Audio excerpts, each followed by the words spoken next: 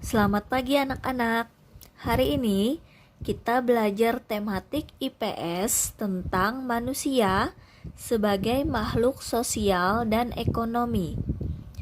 Materinya ada di tema 2, subtema 3.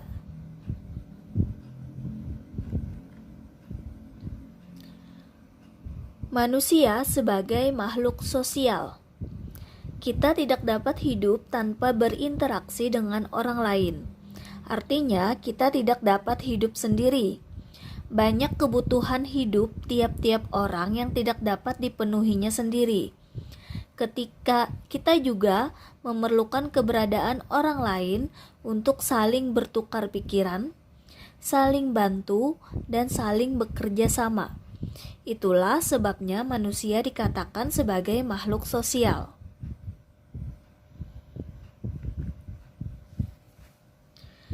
Proses terhidangnya nasi di atas meja yang siap dikonsumsi memperlihatkan bagaimana tergantungnya kita pada bantuan dan peranan orang lain. Bermula dari penanaman padi, pemeliharaan, sampai pemanenan padi di sawah yang dilakukan oleh para petani. Ini termasuk kegiatan ekonomi produksi. Hasil panen kemudian diolah menjadi beras.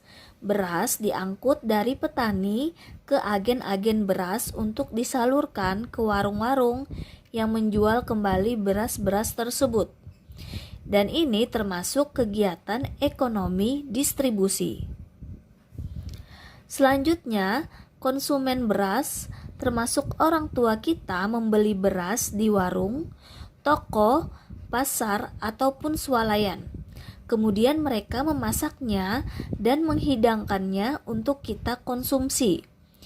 Dan ini termasuk kegiatan ekonomi konsumsi.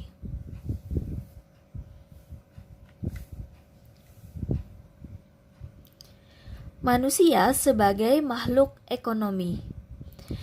Manusia juga merupakan makhluk ekonomi karena manusia berusaha untuk memenuhi semua kebutuhannya.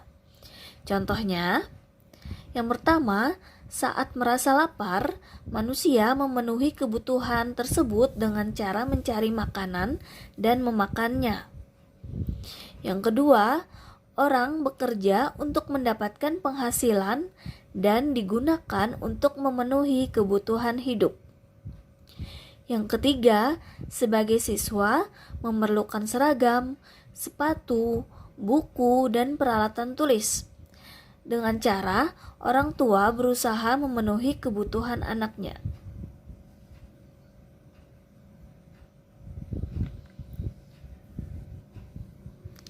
Kegiatan ekonomi yang bertanggung jawab. Kegiatan ekonomi yang bertanggung jawab merupakan kegiatan yang memikirkan dampak yang nantinya akan terjadi, baik dalam jangka waktu pendek maupun panjang, sehingga nantinya pelaku ekonomi seperti konsumen, produsen, dan distributor tidak melanggar aturan-aturan yang ada di masyarakat. Sebagai contoh kegiatan ekonomi tidak bertanggung jawab, misalnya, yang pertama membuang limbah sembarangan. Yang kedua, eksploitasi barang tambang berlebihan dan tidak memperhatikan lingkungan hidup di sekitarnya. Yang ketiga, mendirikan industri kimia dekat permukiman warga.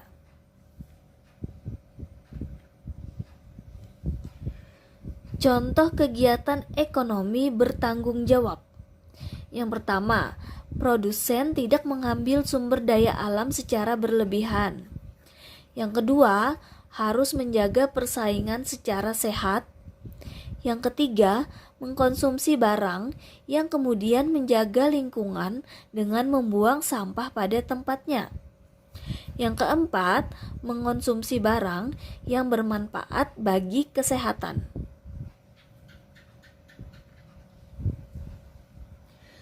Nah, untuk tugas kalian hari ini, kerjakan paket tematik halaman 111 sampai 112 yang bagian IPS. nomor 13-23. Kerjakan langsung di buku paket dengan cara memberi tanda silang pada salah satu jawaban yang benar.